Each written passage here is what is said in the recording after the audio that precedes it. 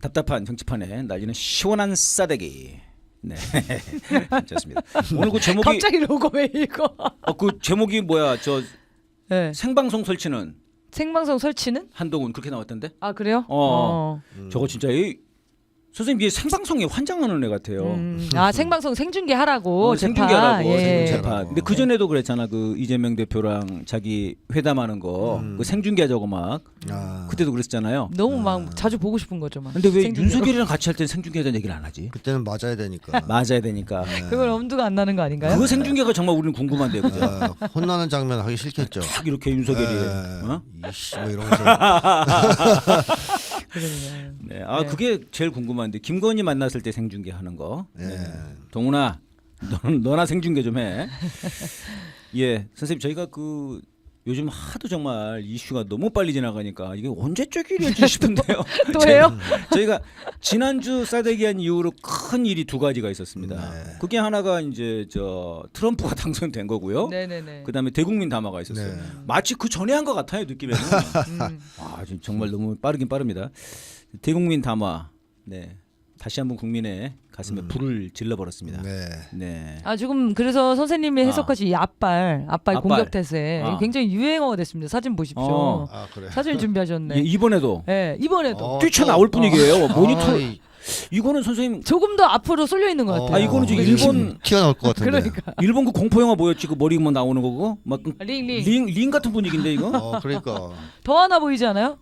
한동보다 더 그러네. 열받게 하는 거는 국민들이다. 이런 거 표현하는 것 같아요. 네. 다 받아버릴 거야 뭐. 받아버릴 거야. 물어버릴 거야 뭐. 뛰쳐나올라 그러네. 그러니까 모니터를 뚫고 나올 분위기예요 지금. 네. 이야. 진짜 네 선생님 뭐 어떻게 보셨는지 약평 좀 부탁드리겠습니다. 뭐 말씀하신 대로 지금 뭐 윤석열 탄핵의 분위기가 뭐 무르익어가는 중 아닙니까? 이제 네. 불길이 이제 타올랐다고 네. 봐야 되는데 여기에 폭탄 던진 거죠. 나와서 또 한번 그런 말도 안 되는 짓이었다고 생각하고 네. 그 담화와 기자회견의 성격은 간단하게 얘기하면 김건희의 지시에 의한 김건희를 위한 네네. 사과 쇼였다 이렇게 이제 볼 수 있겠고요. 또 하나 주목해야 될 것은 이 담화에서 윤석열이 국민과의 전쟁을 선포한 것이다. 전 그런 생각도 들어요. 선전포고. 한번 드디어 이제 내가 시작할 거다. 너희들 다 죽었어. 아까 네. 그 장면 있잖아요. 뛰쳐나오려고 하는. 그거를 실제로 담화 내용이나 기자회견 내용에서 담고 있었다. 이렇게 생각이 됩니다. 네, 뭐 발언 내용 중에서 뭐 그런 게 느껴지신 게 있었나요? 날짜까지 네. 찍어서 2027년 5월 며칠이에요. 9일까지. 9일 네네. 까지 채우겠다. 네, 그러니까요. 누가 물어보지도 않았고요. 물어보지 않았기 때문에 당연한 거라고 생각해야죠. 그렇죠. 그 날짜를 머릿속에 새겨놓은 거 아니에요? 그래 상식적으로도 뭐 대충 별일 없으면 채우는 거 아니에요? 네, 그렇죠. 근데 그걸 굳이 악착같이 채우겠다고 얘기하는 걸 네, 봐서는 네. 지금 탄핵 위기 혹은 뭐 이제 하야 위기에 처해 있는데 물러설 생각이 없다. 끝까지 하겠다. 네. 뭐 이런 거를 공개적으로 선언한 거 아니냐. 그러니까 탄핵 얘기가 자기는 애써 아니에요 뭐라고 말하고 싶지만 굉장히 심리적으로는 쫄리는 모양이에요. 그렇죠. 이제 신경이 쓰이는 네네. 거죠. 그렇지만 물러서지 않겠다는 거죠. 물러서지 않겠다. 이거는 뭐 윤석열이 결정한 사항은 아닐 테고 김건희의 의중이 반영된 거 아니겠습니까? 김건희가 가서 사과 잘하고 와 그랬잖아요. 네네네. 어떻게 뭐 그럼 김건희 점수는요? 김건희가 매기는 점수는 뭐 집에서 맞았을 것 같아요. 이거밖에 못하냐? 왜냐하면 담화는 뭐 읽는 거니까 남이 써준 거 그건 그냥 했는데 기자회견 너무 못했잖아요. 네. 저 기자회견을 막았어야 되는 거 아닙니까? 맞습니다. 저도 그게 의문이에요. 이거를 그러니까 윤석열이 하겠다고 했겠죠? 아니요, 저는 아닐 것 같아요. 시킨 것 같은데. 기자회견을 하라. 윤석열이 뭘 좋다고 하겠다고 하겠어요. 그러면 정말 제가 지난주에도 얘기했지만 이거 대통령실에서 누군가 윤석열 탄핵을 바라고 있는 거 아니냐? 우리 편이다. 네. 아니 저거를 상식적으로 윤석열이 저 사고를 칠 거라고 생각하지 못한다는 건 말이 안 되잖아요. 그러니까요. 아무 말 할 건 뻔한 건데. 저도 그래서 기자회견 무제한으로 진짜 하는 거냐 뭐 이런 얘기를 했었단 말이에요. 그렇죠. 그거는 윤석열한테 이룰 게 없다. 뭐냐면 기자회견을 할 수 있을 만한 정신 상태도 아니고 그럴 만한 능력도 없는 사람 아닙니까? 근데 시켰다면 탄핵당하기 위해서 작정을 한 거냐? 그러니까 그런 얘기들이 나오는 거잖아요. 그 자기가 자고 있는데 김건희가 핸드폰을 꺼내가지고 문자를 다 답하고 있더라. 네. 이런 말을 시킬 수도 없는 거 하지 말아야 될 얘기인데. 그럼요. 그거 집에 가서 맞았을 거라니까요. 그 앞에 한 말이 인상 깊더라고. 야, 오늘은 뭐 시간도 되니까 뭐 다 한번 얘기해 보죠. 그러면서 나온 얘기예요. 그게. 그러니까 얘가 이제 긴장 풀려가지고 진짜 풀렸어요. 공사 구분을 못하고 예. 거기서 반말 찍찍 하잖아요. 야, 여기까지만 하자. 에이 그만해 힘들어 하나만 더 해. 그러니까 얘가 진짜 힘든 것 같아 중간에 그만하자 그랬잖아. 목이 막 그러니까요. 갈려가지고. 근데 보니까 또 아니니까 한 2시간 반 했으면. 좀 더 할까 뭐 이런 생각도 한 거고. 왔다 갔다 했죠. 그러니까 애가 그 애라 그러면 안 되고 그놈이 현실 인식을 거의 못 하고 있다. 네, 어떤 맥락에서 이 기자회견을 하는지 네네. 또 어떤 지시를 받고 자기가 어떻게 행동해야 되는지 이걸 네, 거의 놓치고 음. 상황도 놓치고 말도 잘 못 알아듣고 아무 말 대잔치예요 진짜. 그막 횡설수설한 거 아니에요? 네.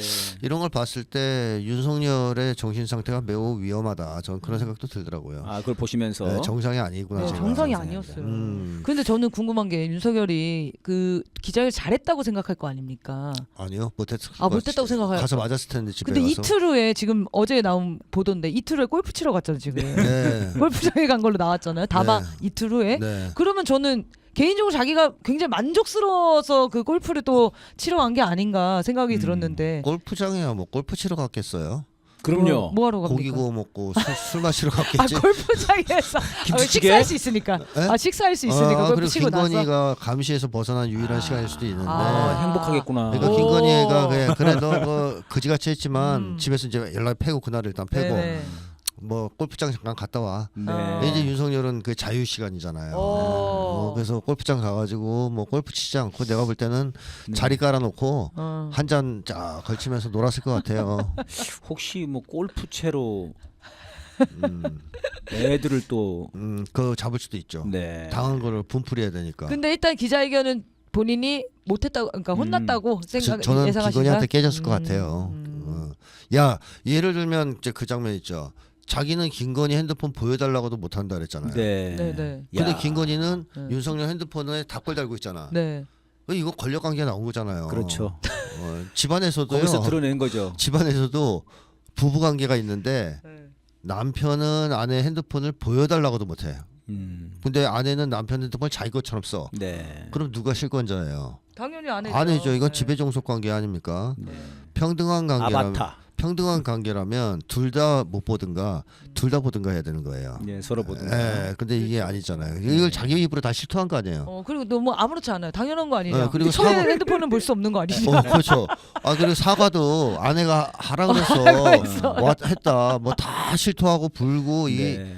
정신적으로 지금 그, 문제가 있어요. 지금. 그러고 보니까는 아이고 새삼 저 다시 복귀하다 보니까 열받는 게 많이 나오네. 생각해 보니까 지금 그 질문 안 하려고 그랬는데 뭐 국어 사전 고쳐야 된다. 야.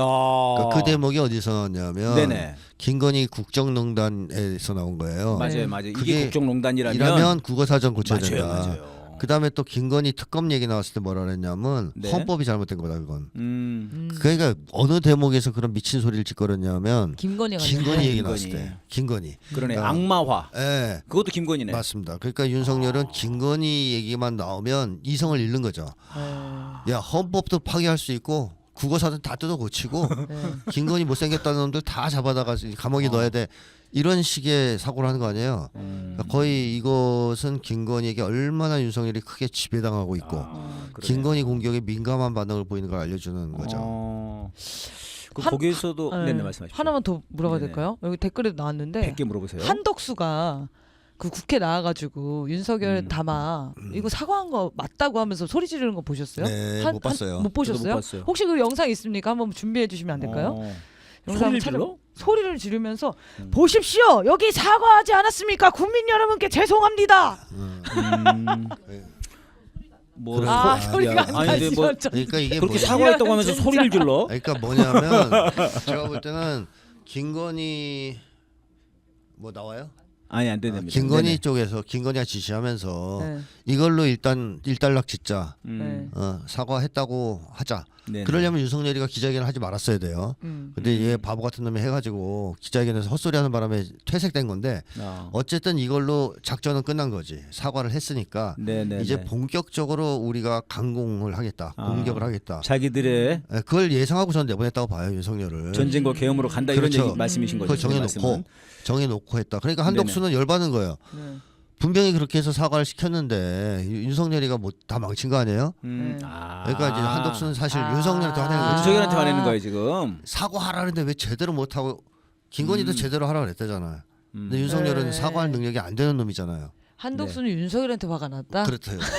아니 그 사과를 제대로 못해서. 아니 이거는 진짜 한번 보셔야 돼요. 제가 그냥 이걸로 틀어드릴 테니까 영상은 틀어주십시오. 한번 보시죠. 진짜 제정신이 아니라서 그래요.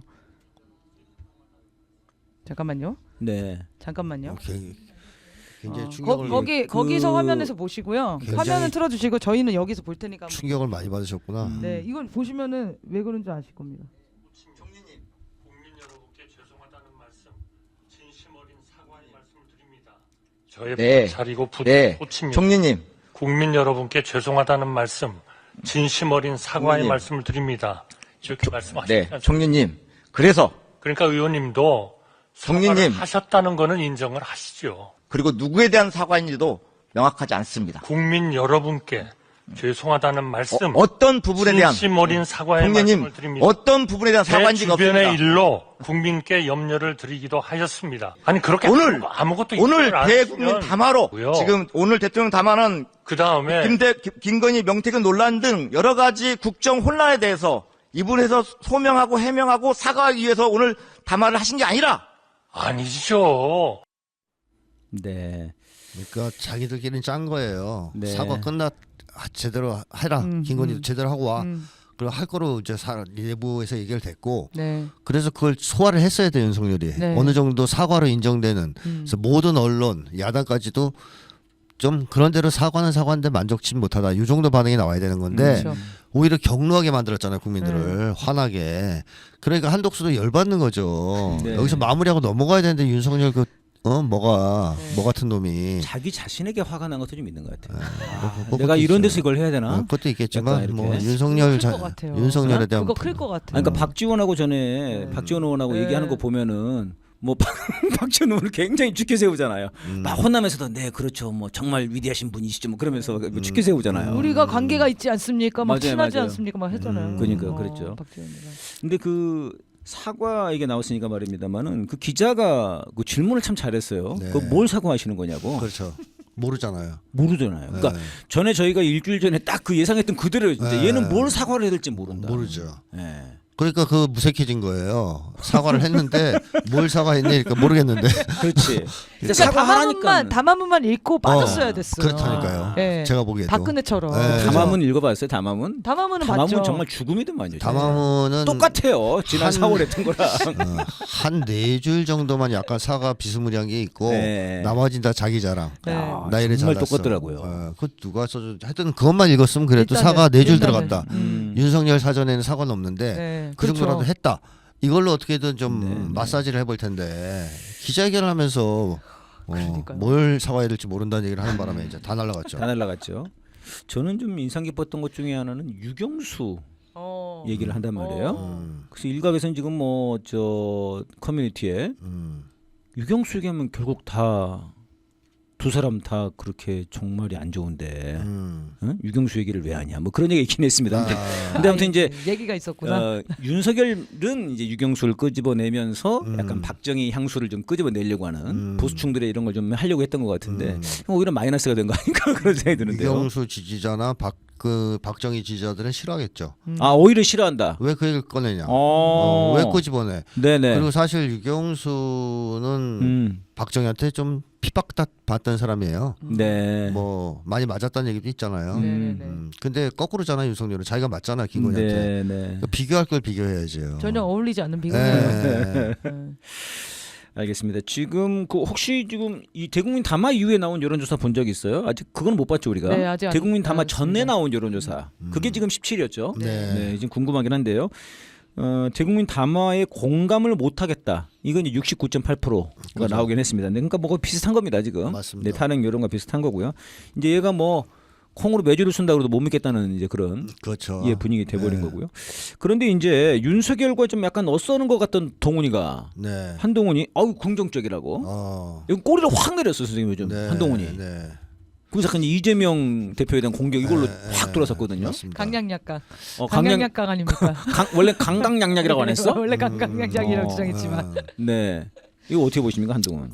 한동훈이 그 겁을 좀 먹은 것 같은데 그 이유가 있는 것 같아요. 하나는 김옥균 프로젝트가 다시 가동됐다는 얘기가 있어요. 그러니까 김옥균 프로젝트. 네, 김옥균이 3일 천하로 끝나지 예, 않았습니까? 예.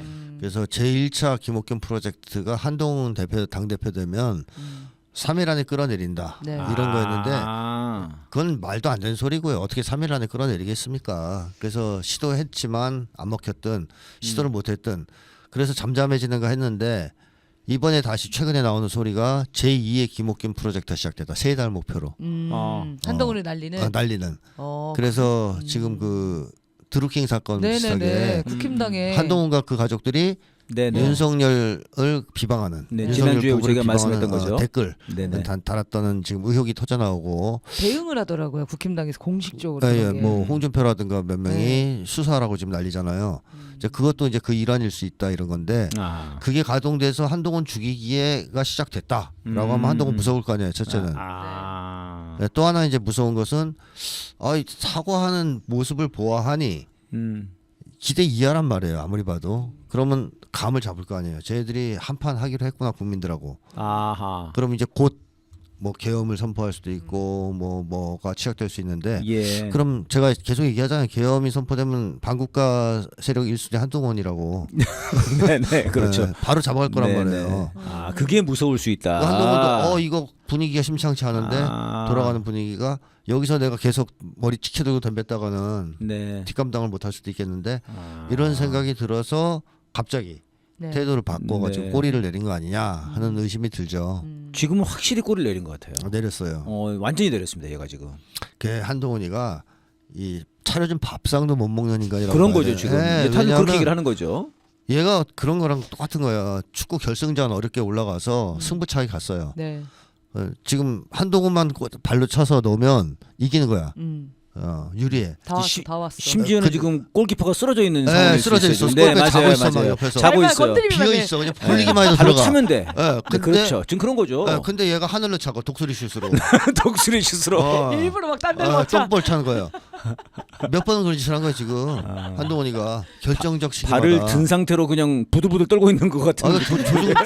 발을 든 상태로 부들부들 떨고 있는. 아주 공감되네요. 네 맞아요. 그러다가 공 밟고 쓰러진다든가. 공 밟고 쓰러지는 그러니까.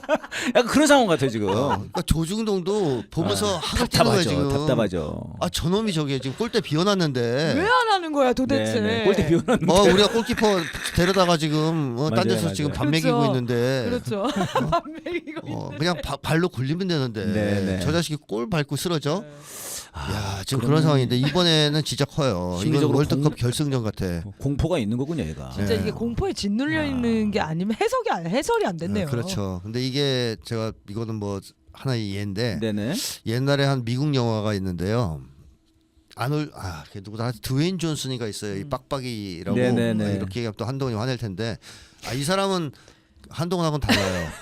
빡빡이인 걸 자랑스러워한 사람이에요. 그렇죠. 항상 빡빡이로 나와. 그러니까 이제 이 사람은 빡빡이의 자존감을 올리는 사람이고 한동훈은 빡빡이인 게 부끄러워하는 사람이잖아요. 그렇죠. 빡빡이들의 자존감을 깎아내리는 사람. 그렇죠. 근데 어쨌든 이 드웨인 존슨이 나온 영화인데 육체미가 어마어마합니다. 이 사람이 레슬링 선수 출신이에요. 원래. 근데 그 영화에서는 어떻게 나오냐면 고등학교 때 왕따 한 애들이 있는 거야. 자기를 괴롭히고 학대하고. 그 중에서 주범이 있을 거 아니에요. 근데 얘가 있었는데 얘가 이제 고등학교를 졸업하고 운동 엄청나게 해서 드웨인 존슨이 된 거예요. CIA 요원이 됐어요. 그러니까 술집에서 10명을 막 때려 눕히는 사람이에요. 근데 그 친구가 너 괴롭혔던 애 누가 어떤 한 친구가 너 괴롭혔던 애 만나러 가자. 그게 끌고 간 거야. 왜냐하면 지금 같으면 그냥 한 주먹이니까. 내 앞에 가서 꼼짝 못해. 그 싸움 잘하는 걔가 꼼짝 못하고 앉아서 또 모욕을 당해요. 이게 대인공포증이거든요. 그러니까 한 번 형성되면 그만큼 깨기 어렵다는 것을 그 코미디 영화도 이제 보여주는 건데요. 한동훈이 그동안 윤석열 밑에서 얼마나 많이 깨지고 혼나고 또 뭐 무서운 걸 받겠습니까? 또 김건희한테도 카톡으로 지시를 받고. 이제 그런 게 하루 아침에 깨지기 힘들다 이런 얘기입니다. 그러네요. 그렇겠네요. 지금 아무튼 이제 이 윤석열 김건희한테는 꼬리를 내리고요. 지금 이제 막 이재명 대표에 대해서 그냥 뭐 악을 쓰고 있습니다. 네, 뭐 아까 처음에 말씀드렸던 것처럼 뭐 생중계를 해라. 생중계 안 한다고 그러던데 재판부에서는 네네, 안 하기로 생각 했습니다. 없다고 그러고요. 안 하기로 했어요. 예예. 그리고 뭐 대책 회의를 막 열고요. 뭐 그다음에 뭐 이제 지난 토요일 날 집회를 판사 겁박 무력 시위다. 근데 말을 좀 약간 잘 못 만드는 것 같은데. 무력은 아니었잖아요, 선생님. 그러니까 무력 시위가 뭐예요? 이게 그러니까 뭐 무력 민주노총이 미사일 쏘고 막 이래야 총 되는 들고 건데. 나왔나? 네. 무장하고 방사포 막 날리고 아니 하는. 죽창이라 들고 나왔어요. 무장한 놈들은 경찰이었어요. 그러니까요. 그리고 일단 거긴 판사가 가까이 있지도 않는 공간이었습니다. 아. 판사 겁박 무력시라는 게 법원 그렇지. 앞에서 해야죠. 그렇게 이런 그렇지, 지지라면. 그렇지. 이거 왜 이러는 겁니까, 얘? 이게 얘가 지금 네네. 자기가 미울 거 아니에요. 네. 자기가 미워요. 밥상을 못 먹었잖아. 차려준 밥상. 먹기만 하면 끝나는 건데 못 먹고 또 꼬리를 내렸잖아요. 네. 그러니까 얼마나 짜증나고 화가 나겠어요. 사실상. 스스로에게. 지도. 야, 한독수, 한동훈 다 스스로에게 지금 화가 나 있군요. 내가 공포증 얘기를 했지만 이 공포증이 드웨인 존슨이 그 사람을 만났을 땐 꼼짝 못하고 모욕을 당하자. 돌아서 나오면 어떨 것 같아요? 돌아서 나오면 더 폭주하겠죠 뭐. 한심하게 생각해 자기가. 자기 자신을. 자기가 비합리적이라는 걸 알아요. 그렇죠, 그렇죠. 이게 공포증 특징이거든 또. 그리고 이제 화풀이를 해야 되지 않습니까? 화풀이를 해야 돼. 이제 자기도 화가 났잖아요. 네. 내가 네네. 걔 한 주먹인데 또 가서 그렇게 머리를 조아리고 비굴하게 굴었구나. 네. 너무 네. 화가 나잖아요. 그렇죠. 그때 어떻게 해요? 댓글 부대를 써서 윤석열 욕하든가. 엄마 글 좀 써 이렇게. 엄마 쓰고 여보 당신도 써. 이 그렇지, 죽여버려야지 새끼.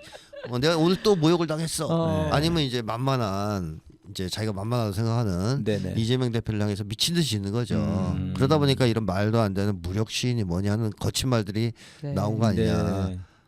저는 제가 보기에는 지금 이 이재명 대표 이 재판 지금 이제 이번 주 금요일인데요. 이 재판을 그 자기 인생의 어떤 절대절명의 순간이라고 보는 거 아닌가 싶어요. 그러니까 만약에 한동훈이 윤석열이가 계엄을 할 거라고 확실하게 믿는다면 살 길은 이재명을 잡는 정도는 성과를 내야 되거든요. 예. 이재명 대표. 그러니까 여기에 목숨 걸고선 지금 올인하고 있는 걸 수도 있어요. 이재명 대표 죽이기에. 네. 그 대신 저는 살려만 주십시오. 네. 뭐 이런 거죠. 네. 형님의 뜻을 받들어서 내가 이쪽으로 세게 역시, 지질 테니까 이거 원하시는 거잖아 이거. 그렇죠. 지질 테니까. 저 그동안 네. 형님 보고 지진 거는 내가 미쳐서 그런 거고. 네, 네. 이게 진짜입니다. 네. 그러니까 살려만 주십시오. 근데 안 살려줄 겁니다. 그래도. 그래도 안 살립니다. 네. 근데 살려줄 리는 없을 것 같아요. 네. 예, 알겠습니다. 그 아까 나온 얘기처럼 이제 지난 토요일 날 그 세계의 대규모 집회가 열렸습니다. 이제 노동자 대회, 그 다음에 촛불 대행진, 그리고 민주당 사진 있네요. 아이고 고맙습니다. 야, 여러분 빨리 20만 만들어 주십시오. 네, 저희 촛불혁명 TV. 네, 엄청나게 지금 이제 많은 국민들이 노동자 촛불 시민들이 모였고요. 그리고 이제 민주당 집회가 있었고 끝나고 나서 또 촛불 대행진을 펼치는 아주 이런 날이 있었습니다. 이날 그 열기 좀 어떻게 보시는지. 뭐 뜨거웠다고 알고 있고 저는 가장 큰 의미가 이 여태까지 사실상 이 국민항쟁은 촛불 행동이 거의 유일하게 계속해 왔다라고 네. 할 수 있지 않습니까? 네. 근데 여기에 민주노총이 가세하고 또 민주당이 가세했다는 것 자체가 상당히 큰 일이라고 생각합니다. 중요한 의미를 가진다고 생각해요. 그러니까 한동훈이 긴장해서 원팀이라고 얘기한 거 아니겠습니까? 네. 그 얘기는 결국 원팀이 되면 안 된다는 얘기잖아요. 그렇죠. 비명소리죠. 비명소리죠. 네네. 원팀이지 뭐 되면 안 돼 뭐 이런 얘기인데 네. 결국 이 세 개의 흐름이 하나로 뭉치는 분기점 하나 계기점 아니냐 하는 생각이 예. 들거든요. 그랬을 때 그 폭발력은 굉장할 거라고 봐야죠. 네. 그래서 저는 중요한 하나의 이제 중요한 순간이었다. 네. 이 세 개가 연달아 열린 것이. 그래서 앞으로는 하나의 대우로 네, 이게 다 네. 뭉칠 날도 곧 올 거라고 예상합니다. 네. 예, 그렇게 되겠죠. 그 현장에서 직접 있으면서 열기는 어땠어요? 저는 그날 제주도에 있었거든요. 어마어마했죠. 네. 음. 이게 사실은 집회의 성격 구호 다 다른 거였는데 네, 윤석열은 네, 네. 이제 몰아내자라는 그거는 취지로는 다 한 마음이었던 네. 거죠. 그래서 이제 한 집회가 되지 못한 거 아닙니까? 근데 같은 장소에서 하면서 국민들이 윤석열을 탄핵하라, 대진하라, 몰아내자, 끝장내자 막 모든 구호를 다 외치니까 그냥 한 집회가 된 거예요. 네. 그게 되게 감동적이었어요. 그러니까 노동자 대우와 당의 대오를 사실 만나기 힘든 대오입니다. 민주노총과 민주당은 같이 집회하기는 어려운 단체잖아요. 같은 민신데도요? 네, 그럼에도 불구하고 네. 근데 그 사이를 국민들이 가교 역할을 하면서 이어버린 거죠. 하나의 집회로. 저는 그게 제일 큰 의미였던 것 같아요. 예, 민주노총과 민주당 거기를 촛불이 같이 이렇게 촛농으로 같이 붙였군요.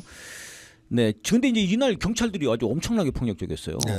막 특수 진압복 이런 걸 입고 나오더라고요. 뭐 약간 드래곤볼인가 싶을 정도로. 흑골단이라고 지칭하더라고요. 흑골단. 예전에 백골단처럼. 뭐 식스팩을 포팩이네. 뭐 이런 걸 만들었어요, 애들이. 네. 근데 그래가지고 이제 뭐 진압이 엄청 났고요. 과정에서 이제 한창민 의원도 옷이 찢기고 나중에 좀 아파가지고 가봤더니 이게 골절이었다고 그래요. 폭행당하고. 옷을 저기 찢어졌어요 지금 다 폭행당하고. 근데 이제 국회의원이 이 정도면은 노동자들은 어떻겠냐 이겁니다. 많이 그날 폭행당한 거 그렇죠. 아셨어요. 국회의원이 이 정도면 뭐 그냥 폭행당하고 4명을 또 잡아갔습니다. 물론 이제 다행히 이제 풀려나긴 했습니다만은 지금 이제 이게 심상치 않은 것 같은데요. 이런 폭력들이. 맞습니다. 사실 윤석열 정권에서 이 경찰 기동대 시위 진압에 투입할 수 있는 기동대가 관할권이 각 지방에 있었거든요. 그걸 중앙으로 다 옮겨가지고 통합을 했어요. 시위 진압을 대비한 준비를 이제 끝냈다는 것이죠. 예, 계엄 준비. 그리고 훈련도 많이 시키고 예산도 시키고 준비를 다 하고 이제 실전에 처음 투입한 거다 이렇게 이제 보면 되겠는데. 그렇군요. 그래서 사실은 자학을 일부러 한 거죠. 네네. 폭력 시위를 유발하려고. 계엄 선포하려고. 옛날 정원식 밀가루 사건 같은 건 최소한 이제 유도하려고 했던 거예요. 연습을 해보는 거네요. 네. 근데 유도가 안 됐잖아요. 네. 근데 한동안은 된 줄 알고 무력 시위를 한 것 같아요. 딱 그게 될 줄 알고. 그날 무력 시위 터지는 날인데 네네. 유도가 안 돼가지고 사실은 무력 시위를 안 했는데 한동안은 이제 그런 말 썼을 수도 있죠. 근데 어쨌든 일련의 지금 흐름을 한번 보면 자꾸 담화 때 사과를 안 했어요. 네. 그리고 임기 채우겠다고 선언했어요. 물론 이제 그건 이제 형식적 사과라고 볼 분도 있겠지만 어쨌든 임기 끝까지 가겠다는 선언을 했고 김건희의 방탄을 거둘 생각이 없다는 것도 드러났습니다. 그러고 나서 우크라이나에 참관단을 파견한 게 드러났어요. 5명이 갔다는 거죠. 이것도 그냥 공개된 건 아니에요. 김주정 의원이 밝혀낸 거죠. 추적해서 알아냈다 그러죠. 그러니까요. 나토에 보내는 척하면서 우크라이나에 이미 파병을 했어요. 네네 그러네요. 자, 그 상태고 그 다음에 진보 단체 같은데 압수수색 그렇습니다. 간첩단 조작하기 위해서 지금 털고 있고요. 또 거기 부경대 학생들 학교를 쳐들어갔어요. 학교에 경찰을 투입해서 진압했죠. 80년대 초반이에요. 80년대 84년 학원 자유화 이후 거의 처음인 것 같은데 제가 보기에도. 학내 경찰 투입. 네네. 이런 식으로 지금 수위를 올려가고 있습니다. 그 과정에서 집회에 이런 강경 진압을 해서 폭력을 유도한 거예요. 이런 걸 봤을 때 김건희와 윤석열이 사과하지 않는 이유는 분명하다. 한번 해보겠다. 반드시 우리가 해내겠다. 왜냐하면 1월 20일 날 트럼프가 취임하기 때문에 그 이후에는 어려울 수 있다. 지금 해자. 이런 생각으로 지금 밀어붙이는 것 같습니다. 그렇게 치면 지금 1월 20일까지가 지금 대단히 위기인 거네요. 그렇죠. 지금부터가 아주 위기죠. 이미 시작됐다고 봐야 되니까. 그러니까 원래는 사실은 윤석열은 원래는 국지전을 한번 해보고 싶었잖아요. 이게 이제 확실한 탈출구니까. 그렇죠. 해보고 싶었는데 이게 무인기 보냈더니 북한에서 화성 19형을 쏴버렸단 말이에요. 이거 뭐 미국이 깜짝 놀라버린 거죠. 이게 야 안 된다. 하지 마 이렇게 된 거잖아요. 그러니까 북한에다가는 어쩔 수 없으니까 지금 이제 여기 남쪽에 지금 이제 진보 민주 세력을 완전히 작살내려고 하는. 또 이게 뭉치면 안 되니까 또 야 니네 진짜 원팀 하려고 그래 놈들아 뭐 이러면서 이제 비명을 지르고요. 그리고 우크라이나에 참관단 보내서 뭘 하려고 그럴까요? 결국 북한군에서 죽었다는 거를 터뜨리려고 하는 거 아니냐. 그렇게 봐야 되겠죠. 그러니까 뭐 참관단이 죽었는데 북에서 공격한 거다. 알 수 없죠. 그거는 뭐 우리 어떻게 알아요. 근데 그렇게 이제 유도해서 북한이 도발해 주길 바라는 북이 거죠. 도발을 했다는 거죠. 그럼 우리가 그 참관단 5명한테 개별적으로 연락을 좀 했어야 되는 거 아닌가? 돌아오라고. 당신들 죽을 수 있다고. 돌아오라고 해야 됩니다, 진짜. 그분들은 모르겠죠. 그건 모르겠죠. 그 그러니까 상황을. 정말 죽을 수 있다. 당신들은 이런 시나리오가 있을 수 있다. 북한군에 의해서 죽는 게 아니고 이거는 뭐 조작 사건이 만들어질 수 조작 있는 사건이 거죠. 만들 수 있으니까요. 근데 어쨌든 그렇게 하면 또 참전 여론, 그렇죠, 파병 그렇죠. 여론 같은 걸 고조될 수가 있기 때문에. 반북 여론 막 이렇게 하겠죠. 지금 바이든 정부도 급한지 트럼프가 당선되자마자 우크라이나에 줘야 될 거를 미리 다 보내고 빨리 지원을 해버리고 트럼프 못 보내게 할까봐. 그 다음에 국무부에서 나서가지고 북이 네. 참전했다. 이제 곧 교전이 시작된다. 인정하고. 이걸 국무부에서 터뜨렸어 이번에. 예. 그러니까 급하다는 얘기예요 지금. 네. 크루스쿠에 지금 같이 투입됐다고 지금 어제 네, 뉴스 네, 나오더라고요. 그 얘기 계속 하고 있죠. 네네. 그러니까 급해요. 왜냐하면 트럼프가 1월 20일 날 제동 걸기 전에 이 상황을 더 악화시켜놔야 더 빨리 악화시켜놔야 전쟁을 끌 수가 있으니까 거기에 지금 윤석열이 열심히 좀 발맞추고 있는 거 아니냐 싶기도 하고요. 그러니까 지금 이걸 봤을 때는 이 전쟁이 어렵다면 개헌만이라도 그리고 우크라 파병 네. 이걸 통해서 이슈를 반복 어떤 개헌 네. 분위기로 가겠다는 그렇죠. 아주 그런 움직임이네요. 예, 알겠습니다. 지금 이제 이런 정부에서 그러니까 이제 점점 뭐랄까요, 이 물이 끓는다 할까요? 네. 아니면 뭐 접점에 다가간다 할까요? 그러니까 지금 이제 박근혜 탄핵 직전 같다. 이제 이런 분위기가 지금 이제 다들 얘기를 하고 있습니다. 그래서 이제 뭐 이제는 끝내야 된다 이런 분위기가 이제 공공연하게 그렇죠. 예, 나오고 민주당에서도 탄핵 얘기를 자신들이 직접 거론은 못하지만 사실 이제 야외에 나와서 집회를 하다 보면은 뭐 퇴진하라라고 외치더라도 심판하자 외치더라도 국민들은 막 탄핵하라고 외치고 막 그러시더라고 보니까. 네. 근데 이게 지금 탄핵이 지금 거의 이제 박근혜 때 이런 분위기로 좀 가는 분위기 아니냐 이렇게 좀 보고 있는 것 같은데요. 그렇죠. 그래서 그때와 지금의 어떤 뭐 공통점, 어떤 혹은 차이점 혹시 이런 게 좀 뭐 있으신지. 뭐 사실 이제 공통점보다는 차이점이 더 두드러진다고 보는데 그 공통점이라고 하면은 그 바지 사장 대통령이 이제 문제를 일으켰다는 공통점은 있겠죠. 그러니까 자기들이 자초했다 탄핵을 그런 건 있는데 그때에 비하면 국민들의 정치적 각성 의식 이런 것이 높아요. 국민들의 의식 수준이 높습니다. 그러니까 박근혜 때는 너무 황당해서 그냥 나와서 끌어내렸다 이런 측면이 좀 있는데 그 뒤로 박근혜 탄핵 이후로 국민들의 의식 수준이 뭐 엄청 높아졌거든요. 네. 그래서 정치 고관여층이 이제 많이 형성됐죠. 그 반면에 또 소위 이제 민주당 트라우마라는 것도 생기지 않았습니까? 네. 그러니까 촛불혁명이 일어나서 당연히 뭐 혁명 과업들을 완수해 줄 줄 알았는데 세상이 바뀔 줄 알았는데 아무것도 안 해줬죠. 5년 동안 아무것도 안 바뀌었다. 네. 오히려 더 사는 것만 힘들다.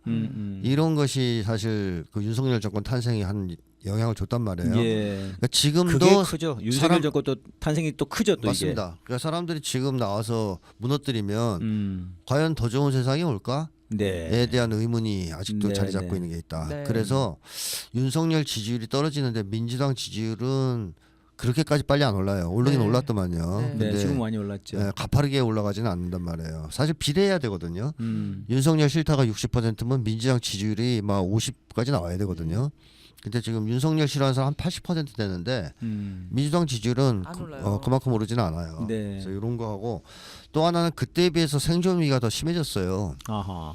그러니까 박근혜 정권 때도 살기 힘들었지만 문재인 정권 지나고 윤석열 정권 들어서면서 예. 사는 게 더더욱 힘들어졌습니다. 그러다 보니까 지금 경기가 지금 진짜 자기 앞가림하기 힘든 엄청납니다, 사람들이 너무 선생님, 많아요. 지금. 네. 그러니까 집회에 못 나오는데 그 이유로 그렇게 얘기하는 사람들이 있더라고요. 진짜 아하. 많아요. 네. 나가고 싶은데 일을 해야 된다. 네, 문, 먹고 가게 살수 문을 없다. 닫을 수가 없다. 이런 얘기 하시는 너무 분들 경기가 많고. 안 좋으니까 그게 또 하나 있고 음. 그 다음에 그 시대음 2016년에 비하면 개긴 이기주의도 좀 더 심해졌습니다. 그동안. 그런 것도 현장에서 느껴집니다. 그러니까 어떤 예전에는 게? 이제 촛불 나올 때 여러 모임들을 막 만드시잖아요. 근데 네네. 지금도 사실 많이 만들어진 과정이긴 한데 모임에 죽어도 안 들어가시려고 하는 분들이 있어요. 그런데 가면은 맨날 싸우고 이러니까 지친다 그래. 난 나 혼자 하고 싶어. 네. 나 혼자만 다니고 싶어. 다른 사람들 같이 안 하고 싶어. 이런 생각하시는 분들도 꽤 그렇죠. 많더라고요. 맞습니다. 개인 이기주의가 네. 심해지면서 또 정신 건강도 네, 네. 악화되고 네. 그러다 보니까 사람들이 더욱더 사람들과의 관계에 접촉을 싫어하는 네. 이런 것도 그 사이에 증가됐죠. 네. 그러니까 이런 것들이 좀 방해를 하는 게 있고 그 다음에 또 하나는 결정적으로 저는 지금 뭐가 필요하냐면 승리에 대한 확신이 필요하다고 생각합니다. 그러니까 내가 지금 생계가 어렵지만 접고 거리에 나서면 아하. 끝낼 수 있다. 끝낼 수 있다. 이런 이제 확신을 줘야 되는데 그러진 못하는 것 같다. 지금 아직까지는. 예. 그러니까 내가 이번에 나가면 되는 거야? 맞아요. 그렇진 않은 것 같아요. 그래서 그런 걸 좀 줄 필요가 있다고 생각하는데 그러기 위해서는 그러니까 반윤석열만 기치로 내걸어서는 안 될 것 같고요. 네. 그러니까 윤석열 미운 건 뭐 다 알잖아요. 80% 네, 이상 네. 싫어하니까 사실은 뭐 90% 이상 싫어한다고 봐야죠. 근데 윤석열 끌어내리면 도대체 어떤 세상이 오는 거냐. 네네네. 그때는 좀 세상이 살기 좋아지는 거냐. 여기에 대한 비전을 제시할 필요가 있어요. 네. 그것도 한 군데서 제시한 게 아니라 윤석열을 반대하는 모든 세력이 힘을 합쳐서 네네. 그 공동의 목표를 제시할 필요가 있다. 그래야 네. 국민들이 그래 그게 중요하네요. 범국민 전선이 나오고 끌어내릴 수 있는 것 같은 상황이고 실제로 끌어내렸을 때 이렇게 세상이 좋아지겠구나 네. 했을 때 나오지 않겠습니까? 네. 사실 사람을 움직이는 것은 분노보다 희망이에요. 네. 그러니까 희망이 있어야 돼요. 박근혜 끌어내릴 때는 막연하게 민주당 들어서면 될 거라고 생각하는 희망이 있었어요. 예, 예. 근데 이번엔 민주당 되면 안 될 것 같은 거 생각도 드는 거죠, 사람들이. 과연 될까? 물론 이재명 대표가 문재인과는 비교할 수 없겠지만 네, 네. 그래도 이게 될까? 이런 희망에서 좀 문제가 있으니까 저는 차라리 딱 제시된 목표를 좀 제안했으면 좋겠다. 뭐 윤석열을 끌어내리고 이런 10대 과제를 달성하겠다. 뭐 이런 걸 제시했으면 좋겠다. 괜찮네요. 범국민 전선에 나와서 뭐 그런 게 생각이 들고요. 그런 거를 좀 촛불행동에서 제시를 해도 좋겠네요. 네, 같이 그래서 그 협약을 같이 하고요. 그렇습니다. 윤석열 정권 퇴진 이후 탄핵 이후에 달성해야 될 과제. 달성될 과제에서 민주당, 뭐 촛불행동, 뭐 민주노총 뭐, 제 사회단체를 다. 맞습니다. 막라해서. 이게 더 빨라야 될 수도 있겠네요. 그게 제시되고 그걸 실현하기 위한 투쟁으로 전 국민이 뭉치기 시작하면 괜찮네요. 거리에 쏟아져 나올 가능성이 높다라는 거고요. 좋은 제안인 것 같습니다. 그다음에 또 하나는 탄핵을 빨리 발의하는 게 좋다고 봐요. 직무를 빨리 정지시켜야 돼요, 진짜. 네, 왜냐하면 지금 윤석열은 마지막 수를 던지려고 하는 네, 상황이 네, 있지 네. 않습니까? 그러니까 탄핵을 빨리 발의해서 손발을 묶어야 되고 예. 또 이 자체가 국민들한테는 희망이 돼요. 희망이 돼요. 네. 끌어내릴 수 있을 거라는. 그렇죠. 네, 민주당 미적미적거리지 않고 한데 드디어 네. 될 것 같아. 우리가 그러면 탄핵 발의됐으면 헌재 압박해야지. 네네. 우리 국민들 얼마나 똑똑합니까? 그렇죠. 발의되면 압박가에서 8명 네. 이상 나오게 하고 이탈표 그렇죠. 저쪽에서 그다음에 헌재 압박해야 돼. 거리로 더 많이 나올 수 있어요. 네네. 그러니까 탄핵을 발의하는 것도 도화선이 될 수 있다. 그래서 좀 빨리 했으면 좋겠다. 네. 그래 지금 이제 그 오늘인가요? 탄핵 의원연대 네, 오늘 오전 네네. 11시에 발족했습니다. 발족을 했어요. 예. 몇 분이나? 40명 정도 오. 참여하셨다고 하네요. 그럼 일단은 소추안 먼저 하면 되는 거 아니에요? 발의하려면 150명은 있어야죠. 그래 발의하려면 그럼 일단 그 40명에서 먼저 하고. 그렇죠. 그럴 수 있죠. 네. 근데 이제 그러니까. 통과를 시키려면 150명? 150명이 필요한 거죠. 200석이 필요한 거죠. 맞아요. 지금 네. 민주당 의석 플러스 8. 발의가 150석일 겁니다. 발의가 네. 150. 통과가 200석이고. 통과가 200. 일단 발의를 하면 직무정지예요? 아니요. 통과가 통과가 돼야 돼야지. 되죠. 네. 야, 그리고 또 이 넘어야 될 산들이 없지는 않군요, 이게. 8명인데 뭐. 네네. 지금 상황이면 충분히 넘는 거 아닙니까? 지금 상황. 지금 이준석도 도망갔잖아요. 그래, 여기에. 지금 이준석도 살려면 지금 빨리 빨리 탄핵시키는 해야 게 돼요. 나아요. 지금 여기 엮인 사람들 나경원 뭐 이런 사람들 있지 않습니까? 많죠. 네, 빨리빨리 하셔야 돼. 네. 자, 알겠습니다. 다음으로 이제 또 지금 뭐 핵폭탄이라고 할 수 있는 네. 명태균인데요. 명태균도 지금 입을 확 꼬리를 내렸습니다. 얘도. 그렇습니다. 네. 검찰도 네. 이게 뭐 이제 윤석열과 김건희와의 관계보다는 그냥 정치자금법 네. 이 정도로 촥 낮추고 지금 네. 이제 약간 짜고 치는 고스톱으로 지금 가고 있는 그런 상황입니다. 네. 네. 명태균 왜 이러는 걸까요? 영산과 평화조약을 맺은 거죠. 평화조약을. 2개월간 밀고 당기기를 하는 과정에서 결국에는 평화조약을 맺었다고 봐야죠. 네.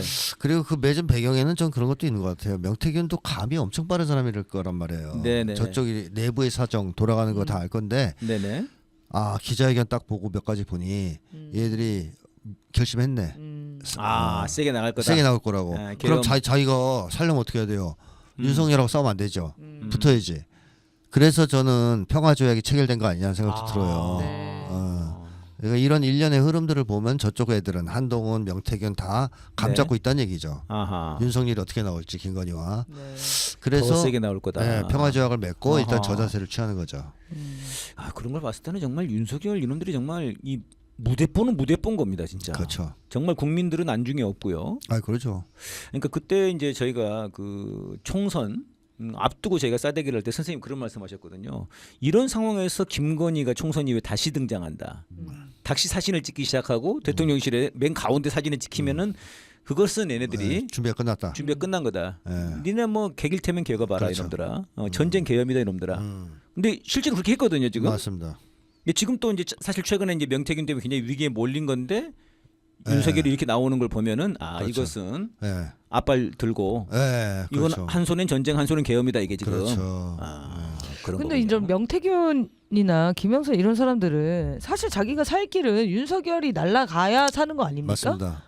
이렇게 해서는 자기가 다 덤탱이 뒤집어 쓰고 지금 덤탱이는 안 쓰죠. 약속한 거죠. 거기까지는 안 가겠다. 네, 그냥 너는 요 정치자금법만 최대한 구속을 하는 경우에도 빼주겠다. 최소로 해서 빨리 빼주겠다. 네, 그 정도 약속은 그 받았겠죠. 정도인 것 같아요. 그러니까 그 약속으로 그 약속을 믿고 네. 이걸 덮어준다고요? 근데 그걸 안 믿을 수 없는 상황이라고 느낀 거죠. 어차피 얘는 갈 데가 없구나. 윤석열이가 그렇죠. 지금 계엄을 터뜨려서 싹쓸이 해버리면 네. 윤석열하고 약속하는 게 낫지. 터뜨려서 윤석열 네네. 무너뜨리는 게 더 쉽겠다고 생각하겠습니까? 그럼 끝까지 지킬까요? 이거를 이건 이제 명태균이? 두 가지 경우에 따라서 네. 하나 약속 위반이 생겼을 때 안 지키겠죠. 네. 네네. 구속이 오래된 윤석열이 사기친다든가 네. 뭐 더 많은 게 터져서 형이 늘어나서 도저히 실형을 면할 수 없다든가 이럴 때는 뭐 약속을 지킬 이유가 없어지는 게 하나 있고 또 한 가지는 윤석열이 계엄에 성공 못하고 네네. 몰락할 것이라는 판단이 들면 당연히 탈출하려고 그러겠죠. 그게 핵심이겠네요. 그렇죠. 탄핵이 발의돼서 분위기가 이상하게 돌아간다. 그러면 이제 더 네. 그러면 걸로. 내가 미쳤다고 윤석열하고 평화조약해? 깨. 네네. 원래 이제 악당들 사이의 약속은 약속이 아니잖아요. 윤석열이 다 시킨 건 다 하고 빠져나가면 되거든요. 그렇습니다. 네. 이제 있는 핸드폰 다 가져와 뭐 이러는 거죠. 세계 뭐 세대 핸드폰 세대 뭐 이거 압수수색했다는데 세대는 또 못 찾았다는 거 아니에요 그렇죠. 지금? 숨겨놓은 거죠. 폐기됐다라고 주장하지만 숨겨놨겠죠. 숨겨놨겠죠. 네. 네. 총 몇 대야 그럼? 세대를 핸드폰은 총 세대래요. 세대인데. 네. 근데 그거를 다 폐기했다고 주장 폐기했다고 중이거든요. 했는데 못 찾았어요 지금. 못 찾았다고. 근데 폐기하지 않았겠죠. 그러니까 또 이제 명태균은 명태균대로 또 뒤에서 이제 큰 손에 좀 작용이 있을 거 아닙니까? 그래도 명태균을 통해서 뭔가를 해보고 그래도 싶은. 어쨌든 본인은 일단 자기 사는 건 자기 살아야 먼저 되니까. 생각하겠죠. 네. 그 와중에 자기가 죽으면 안 되니까. 예. 근데 사실 이제 그렇게 보면은 또 큰 손의 의도도 지금 어쨌든 간에 윤석열 쪽으로 지금 더 힘을 실어주는 것일 수도 있겠네요. 그러면요. 조중동이 계속 까는 거 봐서는 네. 그렇진 않을 수도 있어요. 최근 요 며칠 사이는 조중동이 거의 약간 한동훈이랑 명태균이랑 비슷하게 살짝 지금 내리고 있는 상황이라고 그렇다면은 듭니다. 살리는 네네. 쪽으로 돌을 그러니까 수도 약간 있는 돌아가는 거죠. 거 아닌가 싶은데 네. 저는 굉장히 인상 깊은 기사가 어제 오늘 나온 얘기 중에 김건희가 500만 원 돈 봉투를 줬다는 겁니다. 명태균한테. 네. 이게 명태균 핸드폰에서 나왔다고 하거든요. 네. 네. 이거는 명태균이 일부러 날린 거 아닌가 싶어요. 저에게도 보험은 있습니다. 네. 이거 그 명태균이 뭐라고 그랬냐면 그냥 차비 받았다 이렇게 했거든요. 네. 근데 500만 원이면 500만 원. 뭔 차를 타는 거예요? 비행기 비행기 타고 다니는 거죠. 비행기도 500만 원 이상으로 더 싸잖아. 그러니까 이거는 명태균이 이제 뭐 이 대왕이 있다. 정도에서 네, 평화협정이면은 제가 이거 뭐 그냥 제가 이거 뭐 차비 받은 거고요. 뭐 아시겠죠? 좀 더 있다는 거는. 그렇지. 야, 이런 거 아닌가. 맞아요. 그런 생각이 들더라고요. 잘해라 너희들. 그러니까 김건희한테 보내는 신호죠 네. 이거는. 난 더 있어 갖고 있는 게 더 있겠죠. 엄청나게 많을 거 아니에요 지금. 그럼요. 네. 알겠습니다. 명태균과 김건희 얘기 중에 그 재미난 얘기 중에 하나는 청와대 들어가면 돼진다. 이게 천공한 얘기인 줄 알았어요. 우리 이제까지. 네. 그게 뭐 청와대 들어가면 죽는다가 아니라 청와대 들어가면 돼지가 된다는 뜻 아니야? 잘못 들었나? 그러니까. 청와대 들어가면 돼지다.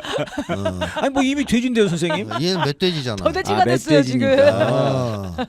네. 네.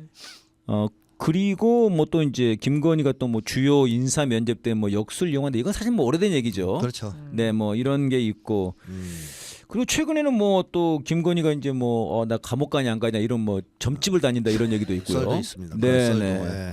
아무튼 이거 좀 굉장히 취약한 것 같아요. 김건희가 이런. 무속에 취하죠. 굉장히 그. 네. 그러니까 김건희 같이 죄가 많은 사람 어려서부터 범죄 가문에서 자라나면서 온갖 범죄를 저지르고 또 나쁜 짓을 해온 사람 예. 그리고 자기 힘으로 자기 인생을 개척해오지 않은 사람 뭐 경력을 위조하든 얼굴을 위조하든 그런 위조를 통해서 성공하고 출세한 사람 네네. 이런 사람들은 불안해야 합니다. 여러모로 뭐 미래에 대해서 벌 받을까봐 무서워하기도 하고 자기 힘을 한 게 없으니까 과연 네네. 앞날이 잘 풀리겠냐 하는 회의도 커요. 자신감이 없는 거죠. 자기 인생에 대해서. 그런 사람들이 이제 무속에 취약해지는데 윤석열도 불안은 심하지만 그래도 윤석열은 교육을 좀 받았고 나름대로 검찰 조직이라는 게 있어가지고 이 의존 대상이 현실적인 힘인 편이거든요. 그 부장 구속이 아니라. 권력. 말단일 땐 부장검사, 네네네. 부장검사일 땐 또 뭐 중앙지검, 아하. 그다음에 이제 검찰총 이런 식으로 현실 권력에 이렇게 의존하면서 자기 불안을 달래는 스타일이라고 봐야 돼요. 네. 무속보다는. 네네네. 근데 김건희는 그 집안 환경에 있는 여러 가지 삶의 경로를 봤을 때 그렇게 구체적으로 의존할 대상이 없어요. 그러네요. 네. 그렇죠. 유흥업소에서 만난 사람한테 의존할 수도 없고, 그죠. 뭐 길 가던 오빠한테 의존할 수도 없고. 네. 그러니까 사실은 김건희 같은 사람들이 무속에 더 쉽게 취약해지는 거예요. 뭐 어떻게든 안심을 받아야 되니까. 예, 불안한데. 아니, 그럼 그 점집 가면은 물어보면은 다들 점쟁이들이야 사실 이렇게 말하면 이상해. 위로가 되게 얘기하죠. 심리학자들 아니에요 사실상 점쟁이들은. 뭐 사실상 옛날에 심리학자 역할을 한 거죠. 그 표정 보고 얘기해 주는 거잖아요. 네, 상담가의 역할을 하는 거죠. 표정 보고 얘기하는 거지. 눈썹이 떨려. 그럼 불안하구나. 그럼 동쪽 나무에다가 뭘 심어. 뭐 이런 거잖아요. 그죠. 근데 지금 이러면 다 입에 발린 얘기를 해줄 거 아니에요. 그렇죠. 그래서 간다. 그래서 김건희가 무속에 일찍이 취약해졌고 아하. 거기에 이제 심취하게 됐다라고 봐야 되겠고 네. 문제는 윤석열이 무속에 영향을 받게 된 것이 김건희 때문이라는 거 아니겠습니까? 네, 네. 그래서 김건희가 무속에 의해서 점괘가 어떻게 나오냐에 따라서 한국의 미래가 바뀔 수도 있는 네. 그런 상황이 된 거죠. 명태균이 황금이 얘기를 되게 자주 하잖아요. 네. 그 황금이가 18개월 될 때까지 걷지 막내딸 그 황금이가 18개월 될 때까지 걷지를 못했는데 자기 딸이에요. 자기 딸이에요. 이름이 진짜 황금이에요. 황금이에요. 어쩜 참 이름도 그렇게 성이 지었는지 황이 아니고 명황금인가 봐요. 명황금? 네. 황금이 이야, 황금이 이렇게 얘기하더라고요. 진짜 명태균은 인생이 확실한 사람이네. 인생 철학이. 아니, 근데- 김건희도 그렇잖아요. 이건희 따라서 건이라고 지어다는 거 아니에요. 그러면 그렇죠. 그게 잘 맞나 봐. 명태균 둘째 딸은 그러면 수는 거긴 순금, 순금 황금이, 황금. 순금이, 백금이 뭐 이런 건가? 하여튼 아. 근데 김건희한테 황금이가 걷는 날 윤석열이 대통령 후보가 된다라고 네. 얘기했는데 황금이가 딱 걸었다는 거예요. 뭐 그렇게 얘기했겠지. 그래서 그렇죠. 그냥 대충 맞춘 거 아닙니까? 근데 김건희가 그 다음에 전화해서 황금이 잘 있냐, 아프진 않냐 이걸 되게 자주 물어왔다는 거예요. 근데 명태균이 최근에 보면은 우리 막내딸이 이런 거 충격받으면 어떡하냐, 황금이 걱정이다 막 이런 식으로 막 페북에 올리잖아요. 되게 자주. 이게 약간 김건희한테 영향을 보내는, 주는 그런 무술적인 그런 주술적인 그런 의미 아닌가? 네, 이렇게 한번 그럴 수 생각을 있겠네. 해봤어요. 왜 막내딸 얘기를 계속합니까? 네. 이상하잖아요. 그럼 황금이가 웃으면 계엄령 선포되는 거예요? 그럴 그렇죠, 수도 있는 그렇죠. 거죠. 그러니까 와. 황금이가 웃었냐라고. 황금이 이거를 울면 전할 수 전쟁입니다, 선생님. 황금이 울면 큰일 전쟁이에요. 났네. 큰일 났어요. 있는 거죠. 그러니까 황금이가 울면은 윤석열이 네. 구속되는 걸 수도 있죠. 아, 그런 거예요? 황금이가 걸을 때 윤석열이 당선됐기 때문에. 좋네요, 그거. 네. 구속 좋아요. 네. 근데 이 명태균 이 사람은 보니까 그런 무속과 여론 조작. 그저 통화 내역 보니까 여론 조작이 아주 도사더만요, 도사. 네. 도가 텄더라고요 보니까. 그죠. 그러니까 어떻게 이 두 개를 동시에 다 쓸 수가 있죠 이게? 그러니까 이게 이제 바로 네네. 고난도의 사기꾼이에요. 그렇죠. 축구 선수로 치면 오른발 슛과 왼발 슛에 다능한 쌍발을 잘 쓰는 선수인 거예요. 슛돌이군요. 예, 그 김건희 같은 사람은 무속에 일단 취약하지 않습니까? 근데 윤석열은 오히려 무속보다는 여론 조작 같은데 취약할 수 있어요.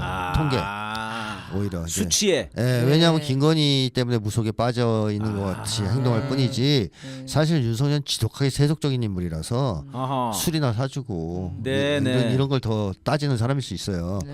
그러니까 김건희에 대한 영향력을 행사하는 데서는 무속, 윤석열한테는 여론조사 결과일 수 있습니다. 그럼 이 두 개를 동시에 갖고 있다 그러면 어떻겠어요? 이거는 그러네요. 그야말로 양수겹장이죠. 그러니까 한국 정치를 주무를 수 있는 아주 좋은 그 재주가 있는 거예요. 두 개의 보니까요. 무기를 다 갖고 있는 거예요. 그러니까 지금 오늘 뭐 아침에 나온 것들을 보니까 명태균이랑 가까웠던 애들이 김종인, 뭐 이준석, 오세훈도 거론되더라고요. 오세훈, 예. 너무 설렙니다. 오세훈 얘기 좀 가만히 있다가 뺨 맞을 거래요. 가만히 있었어요 오세훈은. 설렙니다. 이준석이야 지금 나댔으니까. 이준석은 이거 사실 지가 약간 끄집어냈잖아. 그렇지. 지 살려고. 이거 지 변명하려다가. 성범죄 이거 좀 해결 좀 해보려고 한 건데 오세훈은 가만히 있었어요. 지금 한동훈까지 그저 갑바 쓰러지면 내가 간다 이런 거였는데 갑자기 뺨을 확 틀어맞았어요. 그러니까 명태균이 굉장히 많은 사람들이 목숨줄을 쥐고 있는 것 같아요. 네. 그래서 제가 의심을 했던 거죠. 네. 거물일 거라고. 그런 권력을 어떻게 갖고 거물일 있는 거다. 그 영향력을. 돈과는 상관없는, 돈에 신경 쓰지 않는. 그 이론도 안 받았다고 큰 소리 빵빵 치는 것은 현금으로 받아서 그런 것도 있겠지만 네네. 실제로 돈을 목적으로 움직이지 않았기 그러니까요. 때문에 그런 얘기를 하는 걸 수 그래 있어요. 보여요. 돈 예. 욕심 별로 없어 보여요. 예. 진짜. 더 다른 목적이 있다고 예. 보여지죠. 그러니까 네. 김건희는 환장하지 않습니까? 계속해서 그 디올백 같은 걸 받지 않으면 견디지를 못하지 않습니까? 예. 그래놓고 명태균은- 500만 원밖에 안 주고 명태균 화나게. 너무 안 챙겨줘요. 그러니까. 이렇게 고생한 사람 짠돌이 보면 진짜. 네. 예, 트럼프 얘기로 넘어가 봐야 될 것 같습니다, 선생님. 트럼프가 당선이 됐습니다. 네. 네, 원래는 좀 오래 걸린다고 그랬어요. 그래서 지난주에 저희 할 때만 해도 최대 대표가 13일까지 걸릴 수 있고 그렇죠, 걱정이. 뭐더 걸릴 수도 있다. 네네. 근데 뭐 30시간에 끝나버리더라고요. 맞습니다. 그러니까 압승했죠. 생각한 것보다 여론조사랑 완전히 다르게 압승을 해버렸습니다. 네, 이거 맞습니다. 어떻게 봐야 됩니까, 이거? 사실 트럼프의 승리는 네네. 거의 확정적이었다고 봐야 되는데 네네. 그거를 뒤집으려고 안간힘을 쓰다가 아. 언론 보도든 여론조사든 이거 가지고 뒤집어보려고 악에 맞춰서 뛰었지만 네네. 역부족이었다. 아하. 이렇게 보는 게 맞을 것 같아요. 아. 그러니까 트럼프가 열세에 처했던 적은 없었다. 저는 그렇게 생각합니다. 아, 그러니까 네. 이 해리스로 갑자기 변경한 것도 사실은 뭐, 민주당의 수세였죠, 사실은. 지니까 바꾼 거죠, 도저히 안 솔직히. 되겠으니까 바꿨죠. 바이든으로는 야, 이 치매로는 도저히 안 되겠다. 승산 있었으면 왜 바꿨겠어요? 그러니까요, 그런 것처럼이나. 아. 근데 이제 이런 박빙 정도까지만 나왔단 말이에요. 근데 이거 까고 보니까는 경합주를 다 이겼다는 거 아닙니까, 네, 트럼프가? 네. 이럴 수가 있습니까, 선생님? 그러니까 그만큼 민심을 못 읽은 것도 있는 거죠. 못 읽은 거다. 조작도 했겠지만 네네. 민심을 못 읽은 게 있는 건데 결국 그겁니다. 경제가 저는 결정했다고 봐요. 민생과 네. 경제. 그러니까 트럼프가 그 선거 유세 내내 떠든 게 4년 전보다 더 살기 좋아졌냐예요. 네. 자기가 집권했을 때보다 살기 좋냐 이거예요. 음. 근데 트럼프가 집권했을 때는 지가 잘해서 그런 건 아닌데 네네. 물가가 1%밖에 안 올랐습니다. 아. 근데 그래요? 바이든 행정부 기간 내내 물가가 치솟았잖아요. 인플레이션. 네, 그렇죠. 그래서 폴 크루먼인가 하는 경제학자도 내가 틀렸다라는 기고문을 써가지고 인플레이션의 영향을 내가 과소평가했다. 이런 얘기를 썼는데 인플레이션이 되면 누가 제일 물가 상승이 되면 누가 제일 고통받습니까? 서민들이에요. 네. 부자들은 고통 안 받습니다. 어차피 돈이 많으니까. 예. 그러니까 이 미국에서 서민들이 체감하는 경제 현실은 달랐던 거죠. 아, 지금 뭐 엄청나다는데요. 음식값 같은 게 뭐 지금 네. 뭐 엄청나게 치솟아가지고. 그 바이든 행정부가 이겨보려고 막 그 지표를 네. 발표했어요. 아. 미국이 지표가 상당히 좋다. 경제 지표가. 명태균인가? 아니 명태균은 아니고 뭐 이제 미국 공신력 있는 기관들에서 근데 실제로 네네. 지표가 괜찮아요. 그런 것들은. 예. 근데 그렇게 지표가 좋다고 발표한다 그래서 일반 서민들이 네. 너 나 살기 좋아 이렇게 느낄 수 있습니까? 네. 당장 생계가 어려운데. 네. 우리나라 비슷하네요. 우리나라 비슷해요. 우리 지금 이번에 장난 아니었지? 엊그제 뭐 언론조사 네. 아니 그 저 신문에 나온 거 보니까 우리 정부가 지금 우리 굉장히 호황이라고. 네, 그렇게 얘기하잖아요. 지금 미국 언론에서 안 알려줘서 모르는 거라고 국민들. 경제가 다 정상이 되어가고 있다. 뭐 이런 식으로 미국도 밝혀지죠. 통계로만 보면 문제가 없어요. 네, 네. 그러나 서민들의 삶은 네. 아주 벼랑 끝이었습니다. 네. 이게 결국 문제는 불평등 때문이잖아요. 예. 불평등이 너무 심하니까 경제 지표가 아무리 좋아봤자 그걸 혜택을 받는 수혜를 입는 사람들은 극소수 부자밖에 없는 거예요. 예. 나머지는 다 힘든 거죠. 네. 그러니까 트럼프가 이거를 탁 파고든 거죠. 야, 아하. 너 살기 힘들잖아. 그러니까 지표고 나발이고 진짜 자기가 살기 힘든데 그 이유를 트럼프가 두 가지를 얘기했단 말이에요. 어허. 전쟁. 너 왜 전쟁 해가지고 쓸데없이 돈을 거기다 퍼주고 물가 상승을 초래하냐. 근데 또 하나는 불법 이민. 네네네. 이런 걸 가지고 공략하니까 이 사람들은 뭐 이유는 모른단 말이야. 어쨌든 물가가 네. 뛰고 살기 힘드니까. 제가 지금 듣기에도 금방 이해가 되네요. 그러니까 국민들은 맞는 것 같은 참 거예요. 그런 게 있는 것 같아요. 그 트럼프 쪽으로 확 쏠린 거란 말이에요. 네. 그러니까 이 사람들은 뭐 여론조사 같은 것도 잘 응하지 않았을 가능성이 있고 네, 그랬겠죠. 네, 네. 그 대신 투표 날 잡히지 정권 않았구나. 심판을 하려고 네. 나와서 이제 찍은 겁니다. 예. 네. 그 경제와 불평등 이런 게 네. 좀 이제 굉장히 큰 것 같고요. 근데 일각에서는 또 이제 그런 주장도 있습니다. 이게 여론조사와 출구조사까지도 했는데도 이것도 틀렸다는 거거든요. 틀렸죠. 그럼 이거는 이제 뭐 우리도 지금 명태균이 조작합니다만 네. 뭐 미국의 딥스테이트야 뭐 조작은 일도 아닐 거 아닙니까 그렇죠. 사실은. 네. 근데 걔네들 입장에서는 그러니까 이러면 이제 딥스테이트가 개입한 거 아니냐 트럼프 당선에 이제 이런 건데 그쪽 주장은 이제 이게 이 중동과 우크라이나 전쟁 이게 지금 생각보다 이게 지금 잘 안 풀리고 이쪽으로 계속 밀고 나가려고 그랬는데 게다가 한반도랑 대만을 좀 해보려고 그랬는데 북한에서 화산포 19형 쏴버리고 중국도 44년 만에 ICBM을 쏴버리고 네. 아 이거 안 되겠는데 이건 뭔가 좀 출구 전략을 해야 되겠는데 그런 차원에서 막판에 트럼프로 돌린 거 아니냐면 이런 분석도 있거든요. 네. 뭐 그럴 가능성은 뭐 완전하게 배제할 수는 없겠지만 네. 저는 거꾸로 오히려 박빙일 경우에는 수를 좀 부려보려고 했던 거 아니냐. 네네네. 박빙으로 진짜 나오면 그 여론 조작이나 선거 오히려. 조작이 쉬워요 우리보다. 예. 내용이. 그렇겠죠.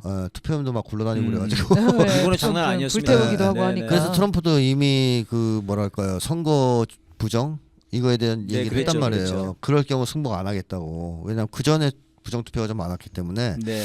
그래서 투표소마다 자기 쪽 변호사들을 대거 투입했어요. 못하게 하려고. 뭐 등등등 여러 예. 가지 이제 설이 있었는데 박빙이면 어느 정도만 손대도 이게 좀 판을 뒤집을 가능성이 생기죠. 네. 근데 뚜껑을 열어보니까 압승이 나와버린 아. 바람에 네. 이땐 백약이 무효하지 않습니까? 네. 그래서 트럼프가 그냥 이기고 저쪽은 톤을 놨다. 네. 이렇게 보는 게 조금 더 합리적이긴 할 것 같습니다. 아니 해리스가 제가- 너무 금방 승복해 버려가지고 왜냐면 이제 출구 조사는 해리스가 이기는 걸로 나왔는데 네. 그러면은 한번 재검표도 하자. 뭐 그러면 요청할 만하잖아요. 그쪽은 제 주장에도 일리가 있는 건데 해리스가 딥스테이트 쪽에서 그러니까. 야 빨리 승복해 너 빨리. 그러지 않고서는 좀 너무 좀 이해가 안 됐거든요. 딥스테이트와 네오콘은 이런 전략을 가지고 나왔습니다. 현재로 보면 네. 트럼프 당선을 막기는 어렵다. 네네. 그러면 뭘 해야 되느냐? 확전을 시켜서 트럼프가 상황을 되돌릴 수 없게 만들자. 네, 그게 이제 제가 분석한 거였죠 네. 마지막에. 전략이군요. 그래서 뭐 우크라이나에 한국군을 집어넣고 그렇죠. 윤석열 말 잘 파병하고. 들으니까 네네. 그래서 전쟁을 확장시키고 그 사이에 긴장을 고조시키자. 시간이 있으니까 네. 1월 20일까지는 이렇게 해서 최대한 트럼프가 역전시키지 못하게 예. 이렇게 하는 거에 주목적이 아닐까 싶기도 하고요. 그게 이제 저희가 마지막에 분석한 거였는데 네. 이번에 이제 이렇게 이런 그 딥스테이트가 트럼프를 선택한 거 아니냐 이런 이제 분석이 있으니까 제가 좀 생각이 들었던 것은 막판에 이 그 북한이랑 러시아에서 ICBM 훈련을 딱 했단 말입니다. 네. 그때. 딱 그때예요. 대선 직전에 네. 이게 미치는 영향이 딥스테이트한테 있었던 거 아닌가 이런 생각이 하나가 좀 제가 들었고 또 하나는 이게 트럼프가 안 되고 해리스가 됐을 때 내전이 실제로 일어날 확률, 뭐 내전을 좀 피하려고 한 건 아닌가, 뭐 이런 생각이 좀 들더라고요. 근데 뭐 워낙 설이 많아요. 그렇긴 하죠. 미국 맞아요. 쪽에는 어떤 자, 설까지 예상이 안 되는 결과기 때문에. 아무튼 결론적으로 개판이라는 거야 미국이 지금. 맞아요. 어떤 뭐 설까지 흐름이라는 있냐면 게 어떤 없어. 설려 궁금해요. 어떤 트럼프를 설려. 당선시키고 네네. 워낙 안 되겠으니까 지금 상황상 해리스 못 이길 것 같고 무리고 예. 당선시키고 일단 나중에 암살하자. 맞아요. 그 설도 저도 들은 것 같습니다. 벤스가 네. 그러면 딥스테이트 쪽 사람이라고 알려져 있기 때문에 벤스를 부통령이 그래서 이제 벤스 믿고 트럼프를 날리면 된다. 네. 일단은 괜찮은데. 시키자. 이런 설도 있어요. 그러니까 들은 건데 괜찮은데 이것도. 어쨌든 그런 점에서 공통된 점은 뭐냐면 트럼프를 무리하게 쳐내는 것이 네. 후유증이 심하다고 봤다는 얘기잖아요. 이것도. 예, 그렇죠. 그러니까 그만큼 이제 트럼프가 민심이 있었다는 선거에서는 민심을 얻었다는 얘기죠. 그리고 또 전체적으로 봤을 때는 지금 미국이 얼마나 어려운가. 그러니까 뭐 네. 트럼프도 4년 전보다 살기 좋아졌냐 이런 것도 그렇고요. 네. 마가 네. 뭐 메이크 아메리카 어게인 다시 미국을 위대하게. 네, 그레이트 어게인. 네. 네. 그러니까 이것도 이제 지금 얼마나 어려우면 그렇죠. 초라해졌으면. 그러니까 이제 그걸 증명하는 것 같고 저는 이제 이 명태균 효과로 인해 가지고 이 모든 여론조사 쟤네들의 이 지표 이제 못 믿겠어요 이제. 그거 조작 가능한 영역이에요. 와, 이거 못 믿겠어요. 네. 아니요, 17% 떨어진 거는 믿으셔야 돼요. 예, 그건 믿어요. 그것도 못 아니, 믿겠어요. 그것도 조작이에요. 그렇죠, 너무 많이 나왔죠. 1.7%냐 1.7%? 맞아, 못 믿겠다. 에이, 다 이제 안 믿지 말아야 되겠어. 네, 못 믿겠다 이런 생각이 들어요. 지금 트럼프와 회담을 해보고 있다고 윤석열은 골프를 치고 있다는데요. 네. 아마 저는 그거 할 것 같아요. 골프장 가서 누워가지고 배에다 이렇게 골프공 올리는 거 있죠. 네네. 자기 배 올려주세요. 형, 저를 디딤돌로 받아 치세요. 저는 그래도 카트 연습 정도까지는 생각을 해봤는데. 그래요? 이거는 생각을 정말 못했다. 그래서 배를 쫙 올리면 네, 배꼽에 네. 딱 올리면 쫙 올라가고. 아니면 그 골프공 놓는 거 꽂아 배에다 이렇게. 미치겠다. 배꼽에다가. 입에다 물든가. 그리고 놓고 형 쳐 뭐 이런 거죠. 이거 조폭들이 자주 하는 거잖아요. 네 맞아요. 부하들이. 충성을 바치기 위해서 나는 이렇게 당신을 극진하게 섬긴다. 모신다. 이걸 보여주는 건데. 전에 아베랑만 골프 치셨다는데 아베에 비할 건 아니다. 네 배를 보시라. 그렇죠. 맞습니다. 그렇죠. 네 배가 훨씬 크다. 네 배가 훨씬 크다. 아베는 뭐. 그리고 혹시 실수로 네 배를 치셔도 괜찮다. 네. 두툼하니까. 아베는 죽었지만 나는 안 죽는다. 나안 이러면서. 죽는다. 배가 단단하다. 예, 저희가 뭐 싸대기가 굉장히 시원한 방송이 되고 있습니다. 원래 시원하네요. 그러니까 네네. 트럼프하고 얼마나 할 게 없으면 상대하기 어려울 것 같으면 이 짓을 하겠어요. 그러니까요. 술을 안 먹는 데잖아. 그러니까 자기가 딱 봐도 트럼프랑 앞으로 안 맞을 것 같아. 험난할 것 같잖아요. 지금 김태효가 제일 아니, 난감할 거예요. 선생님 그거 김태효가. 보셨어요? 대국민 담화 때 트럼프 이제 당선됐는데 어떡할 거냐 네네. 이거 질문 있었는데 윤석열 엄청 버벅거리면서 맞아요. 너무너무 자신 없는 목소리로 막 이 얘기 저 얘기를 했거든요. 횡설수설. 네. 그 정도로 생각하나 봐요, 진짜. 그러니까 이제 아니 실제로 초상집이었다 그래요. 트럼프 당선 소식이 전해지고 네. 대통령실이 대통령실이 침울했다는 설이 지금 이제 그러니까 들려오는데 그 전날까지만 해도 뉴스를 해리스라고 생각하다가 올해 안에 바이든이랑 정상회담 할 거라고. 맞아요.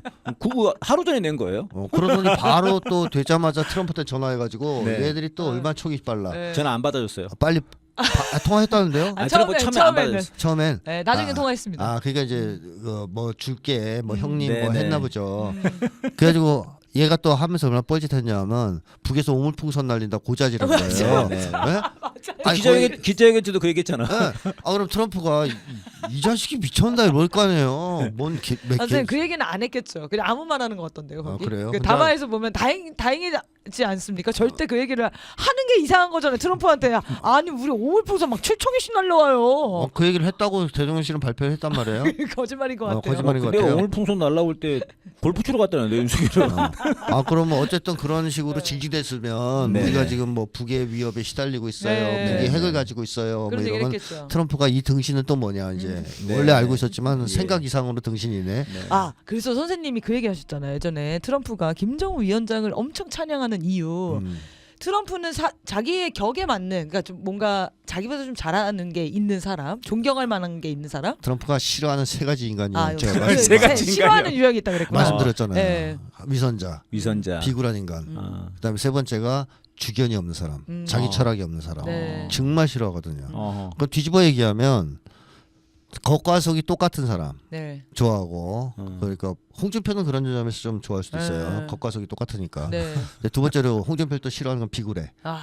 당당한 사람 좋아해요. 네. 당당한 사람. 그래서 스트롱맨 좋아하는 게 있어요. 네. 세 번째로는 철학이 뚜렷한 사람을 좋아하는 것은 트럼프는 철학이 없어요. 그러니까 이념이 없어. 이 사람은 뚜렷한 이념이 없는 사람이야. 장사꾼이에요. 네, 장사꾼이죠. 그렇죠. 지금도 돈이 대통령 최고야. 지금도 대통령 되자마자 화보지 팔고 있어요. 대단한 사람이야 진짜. 트위터에 올려가지고 이 14만 원인데. 모자 팔고. 근데 솔직히 그게 김건희보단 투명한 것 같아요. 그러니까 이 사람 차라리 그게 나아 나. 얘는 솔직하다니까요. 그러니까요. 그러니까 뒤에서 도로 휘게하고 이러진 진짜. 않아. 그냥 대놓고 팔어. 네. 이거 좋은 거라고. 사라. 지올 가져와 차라리 그러든가. 그렇죠. 그리고 사인본은 70만 원. 그냥은 14만 원. 진짜 미치겠다. 대단하다 진짜.